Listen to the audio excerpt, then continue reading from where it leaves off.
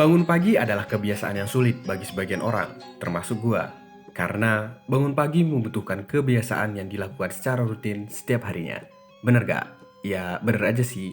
Tapi kalau bangun paginya buat liburan, tanpa bantuan alarm, pasti bangun aja tuh. Sama kayak gua.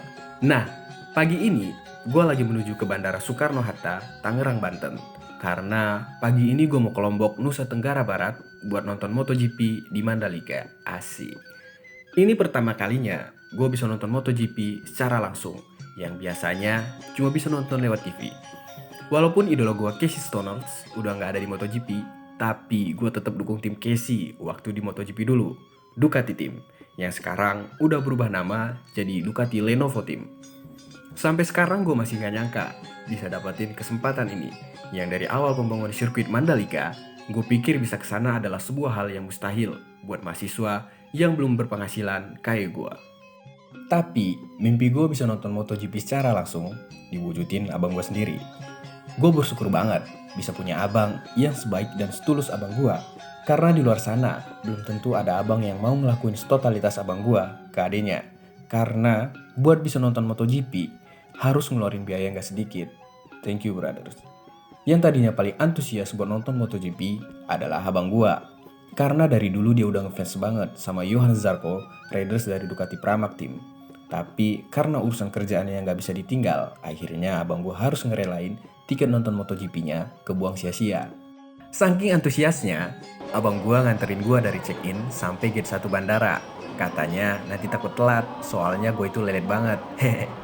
Padahal gue sendiri bisa dibilang bukan pertama kali naik pesawat. Ya buat hal-hal prosedur dan alur biar bisa naik pesawat, ya gue udah ngerti lah. Dan juga bukan hal yang sulit juga. Tapi karena sayangnya kadenya mungkin kali ya, jadi kayak gitu. Karena sedewasa-dewasanya gue itu tetap anak kecil di mata dia. Udah kayak UM aja didampingin. Ngomong-ngomong soal UM, ada yang tahu nggak? Kalau nggak, gue jelasin sedikit ya. UM atau Unaccompanied Minors adalah layanan penerbangan yang diberikan pihak maskapai bagi anak-anak yang berusia 6 hingga 12 tahun yang tidak ditemanin orang tua atau pendamping saat bepergian menggunakan pesawat. Dan itu pernah gue rasain di tahun 2011 saat gue pertama kali naik pesawat dari Medan ke Jakarta. Dan saat itu usia gue masih 11 tahun.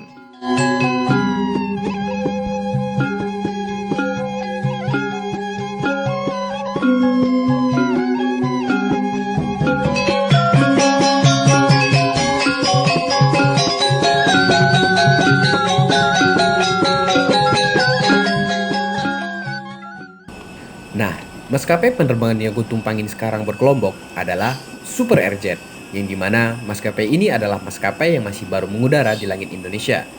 Itu yang ngebuat gue pengen ngerasain maskapai ini, soalnya maskapai yang lain bisa dibilang udah gue cobain sih, asik-asik. Maskapai ini terbentuk di tahun 2021. Super Airjet adalah anak perusahaan penerbangan Lion Air Group milik konglomerat Indonesia, Pak Rusdi Kirana. Penerbangan ini adalah penerbangan yang kekinian banget, yang katanya diusung untuk anak-anak milenial dengan LCC atau segmen low cost carrier atau penerbangan dengan biaya terjangkau. Pesawat yang gue naikin sekarang adalah pesawat tipe Airbus A320-200 dengan nomor penerbangan AU762 untuk penerbangan ke Lombok dan registrasi PKSCA. Sebelum mengudara di langit Indonesia, pesawat ini digunakan oleh maskapai penerbangan asal India dengan nama Indigo Airlines. Pesawat ini telah berusia 10 tahun 8 bulan semenjak digunakan Indigo Airlines di tahun 2011. Sempurna di pipa karet. Lampu akan menyala jika batu terendam di air. The life jacket should only be inflated at the emergency exit doors. For those passengers evacuation through the emergency windows, life jacket should only be inflated when two are overdoing. To inflate the life jacket, pull down safety on the radar. Should the life jacket fail to inflate below into the radios, the life jacket on if the battery packs in water.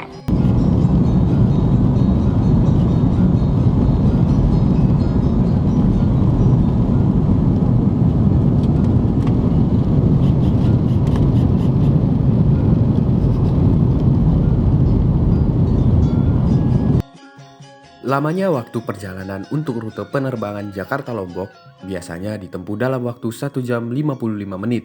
Tapi untuk penerbangan kali ini memakan waktu selama 2 jam 30 menit disebabkan Padatnya lalu lintas penerbangan Bandara Lombok, karena hari ini Bandara Lombok menampung penerbangan dari berbagai penjuru Indonesia, bahkan mancanegara tuh. Seru nggak? Diajak muter-muter Pulau Lombok selama 30 menit. Gila, Rinjani keren banget cuy. Jauhnya jarak penerbangan dari Bandara Internasional Soekarno-Hatta ke Bandara Internasional Lombok adalah 1087 km. Ada perbedaan waktu antara kota Jakarta dengan Lombok, di mana waktu di Jakarta lebih lama 1 jam. Misalnya jika waktu di kota Jakarta menunjukkan pukul 9 waktu Indonesia Barat, maka waktu di Lombok akan menunjukkan pukul 10 waktu Indonesia bagian tengah. Wajib di Lombok. Silakan tetap duduk dan mengenakan sabuk pengaman Anda sampai pesawat ini telah berhenti dengan sempurna dan lampu tanda kenakan sabuk pengaman dipadamkan.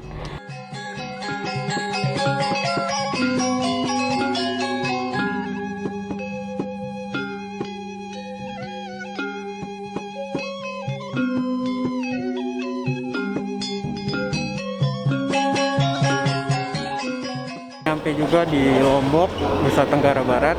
Habis ini gue mau langsung ke sirkuit Mandalika. Kita makan dulu, habis itu langsung.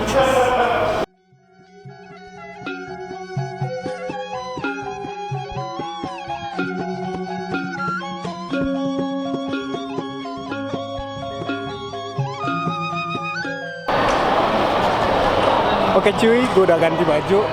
Udah pakai baju Ducati Cross.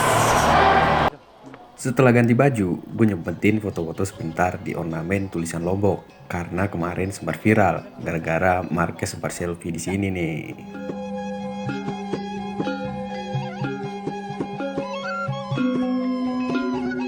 Abis foto-foto, gue langsung menuju ke Terminal Bis Shuttle yang dikhususkan untuk para tamu penonton MotoGP 2022.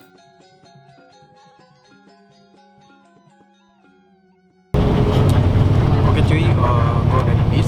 Di sini langsung ke Mandalika. Jarak dari bandara ke sirkuit Mandalika itu 26 km. Ya, kira-kira setengah jam. Oke, ikuti terus. Di sini, gue bakal ngejelasin sedikit tentang Lombok. Lombok adalah sebuah pulau yang terletak di sebelah timur Pulau Bali. Lombok masuk ke dalam wilayah Provinsi Nusa Tenggara Barat, dengan kota Mataram sebagai ibu kota sekaligus kota terbesar di pulau ini. Lombok merupakan destinasi wisata baru Indonesia karena keindahan alamnya yang begitu cantik. Tak kalah dari Pulau Bali, kini Lombok perlahan menjelma sebagai destinasi wisata favorit wisata lokal dan mancanegara. Dan juga kini Pulau Lombok menjadi salah satu destinasi wisata yang super prioritas pengembangannya oleh pemerintah. Oleh sebab itulah dibangunnya sirkuit Mandalika di pulau ini untuk menunjang kemajuan destinasi wisata. Nama Mandalika diyakini berkaitan erat dengan upacara yang disebut nyale atau bau nyale. Namun asal-usulnya masih menjadi hal yang menimbulkan rasa penasaran. Menurut beberapa sumber, Mandalika berasal dari seorang legenda Sasak yang bernama Putri Mandalika yang diangkat dari cerita rakyat Lombok Tengah, yakni Putri Mandalika. Putri Mandalika yang merupakan anak dari pasangan Raja Tonjang Baru dan Dewi Seranting diceritakan memiliki paras yang sangat cantik. Karena pesona dan kecantikannya, banyak pangeran dari berbagai kerajaan mendatangi Lombok berlomba-lomba mempersunting sang putri. Bukannya senang, Putri Mandalika justru merasa geram dan takut saat memilih salah satu pangeran. Situasi itu dianggapnya berpotensi membuat kisruh hingga pertumpahan darah di Sasak. Karena cuaca yang langsung hujan sesampainya gue di sirkuit Mandalika, jadi gak banyak video yang bisa gue record. Dan juga gue takut kamera kehujanan. Daripada nambah masalah, gue cuma bisa nge-record video waktu race dimulai, karena Barara Effect udah kerasa. Gue harap kalian bisa nikmatin dan serasa nonton di sirkuit langsung. Selamat menikmati dan nonton sampai habis.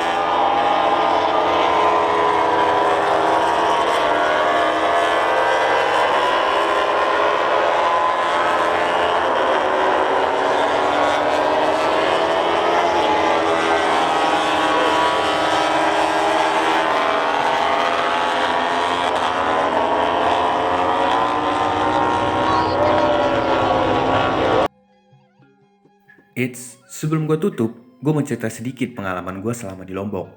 Jadi awal berangkat dari Jakarta, gue pikir nyari penginapan di sekitar Mandalika itu bakalan mulus-mulus aja. Ternyata pas gue cek di tiket.com dan Traveloka, ternyata penginapan udah sold dari 1 bulan yang lalu. Ini jadi bahan evaluasi gue ke depannya kalau mau kemana-mana. Setelah gue pusing buat mikirin buat penginapan, gue mutusin buat nyari makan. Nah, disinilah awal pertemuan gue dengan orang baik. Yang pastinya, pertemuan ini bukan pertemuan yang tanpa sengaja. Mungkin udah jalan dari Allah. Gue bertemu dengan Bang Juna. Saat itu Bang Juna lagi ngipasin anaknya yang lagi tidur. Gue berpikir ini pasti orang baik karena dia sayang sama anaknya. Gue berusaha untuk negur dan ngajak ngobrol. Berharap Bang Juna bisa nunjukin penginapan yang masih kosong di sekitar Mandalika. Namun siapa sangka, gue malah diajak nginep di rumahnya Bang Juna. Yang tadinya cuma berharap dikasih jalan buat cari penginapan. Gue langsung speechless, gak bisa ngomong apa-apa. Karena gue diperlakukan seperti keluarga sendiri, layaknya dikandung. Yang biasanya hidup dengan suasana Jakarta yang keras dan bodo amatan. Hal kayak gini buat diri gue kaget banget. Dan seolah-olah gue nemui kehidupan yang belum pernah gue temui sebelumnya selama gue hidup. Selama gue di Lombok, untuk kemana-mana selalu diantar dan ditemenin oleh Bang Juna dan keluarga kecilnya. Anak-anak Bang Juna yang masih kecil dan lucu semakin buat gue betah berlama-lama di Lombok. Sampai-sampai buat pergi sendiri aja, Bang Juna gak ngebolehin, harus ditemenin. Nah, dimanapun kita berpijak, selalu gunakan akhlak dan sopan santun, maka orang-orang akan terima lu sepenuhnya. Dan tinggalkan hal-hal yang mengesankan. Dan juga ketika lu traveling atau jalan-jalan kemanapun itu, usahain lu gak cuma nikmatin keindahan tempat tersebut, tapi lu harus bersosialisasi terhadap sekitar. Biar ketika lu pulang, lu gak cuma dapet refreshing, tapi lu bakalan dapat keluarga baru. Terima kasih buat Bang Juna dan keluarga atas sambutannya selama berada di Lombok. Semoga pertemuan ini bisa menjadi kesan yang baik untuk kita dan orang lain. Oke, thank you banget nih buat yang udah nonton vlog gua mulai dari berangkat sampai gua di atas tribun sekarang nih. Mungkin gak banyak video yang bisa gue sajiin karena kondisi lagi hujan. Terus gue juga gak bisa ngeluarin kamera salah-salahan karena hujan kadang berhenti kadang enggak. Thank you banget, ikuti terus perjalanan gua di hari selanjutnya. Bisa kali lu like, lu komen, lu subscribe. Bye bye.